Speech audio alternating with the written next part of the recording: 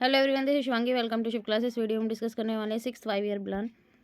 Rolling plan आया था, ठीक है। 5 ईयर प्लान के एंड में क्या हुआ था, 1978 में मोरारजी देसाई की जो है सरकार आई।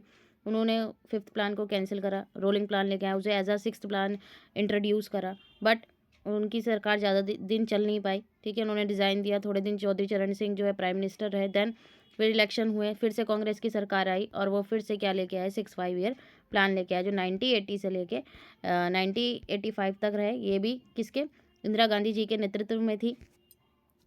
तो 6 5 ईयर प्लान की हम बात करें, यहाँ पे जो था कि इसके अंदर क्या लेके आए, किसके जो है किसके बारे की किसकी शुरुआत हुई यहाँ, लिबरलाइजेशन की। लिबरलाइजेशन मतलब उदारीकरण, जिसमें रूल्स रिस्ट्रिक्शंस जो होती हैं उसमें कमी की जाती है। जो भी रेगुलेशन जो सरकार ने लगा रखे हैं इकोनॉमी के अंदर, जो इंडस्ट्री के ऊपर हों, किसी भी इंपोर्ट एक्सपोर्ट जिस पे भी हों, तो उसमें कमी की गई। जो भी रूल्स रेगुलेशन बनाए गए थे, ठीक है, जो भी नियम प्रतिबंध जो भी लगाए हुए थे सरकार ने, उनमें कमी की गई।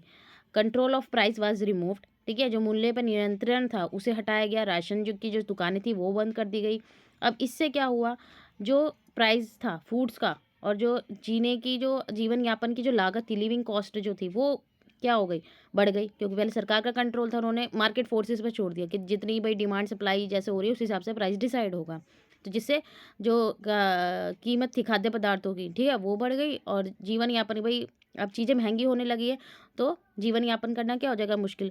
अब जो ग्रोथ रेट थी वो टारगेट की थी इसमें 5.2%, ठीक है, और एक्चुअल कितनी रही 5.7%। तो ये सफल रहा।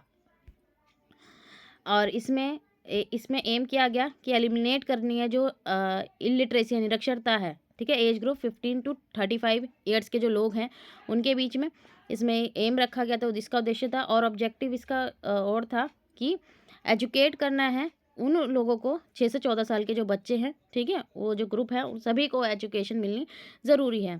और इम्प्रूवमेंट करना है लोगों का जो स्टैंडर्ड ऑफ लिविंग है, जीवन स्तर है, भाई सैनिटेशन स्वच्छता होनी चाहिए लोगों के आसपास जो एनवायरनमेंट है, ठीक है। पर्यावरण में सुधार का संकेत इसमें दिया गया था। क्लियर हुआ। अब यहाँ पे ओवर पॉपुलेशन, भारत की जो जनसंख्या बढ़ती जा रही थी, तो उसके लिए फैमिली प्लानिंग जो है यहाँ पे इंट्रोड्यूस की गई, परिवार नियोजन की जो है शुरुआत की गई। और सबसे मेन पॉइंट जो है 6th 5 ईयर प्लान का, वो है NABARD, national bank for agriculture and rural development. Shiva Raman committee की रिकमेंडेशन से जो है नाबार्ड की यहाँ स्टेब्लिशमेंट हुई है।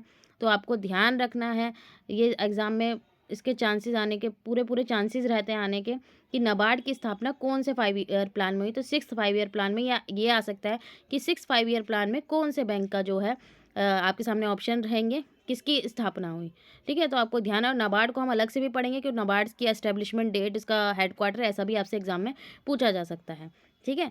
तो कौन सी कमेटी, ये भी आपको याद रखना है। ऐसा आ सकता है कि नाबार्ड किस कमेटी के रिकमेंडेशन से एस्टेब्लिश हुआ था, या शिवारमन कमेटी के रिकमेंडेशन से कौन सा बैंक जो है इस्टेब्लिश हुआ था। तो आपको ये ध्यान रखना है, ठीक है। नाबार्ड की फुल फॉर्म भी आपको पता होनी चाहिए, क्योंकि एग्जाम में फुल फॉर्म भी आपसे पूछ सकते हैं, ठीक है।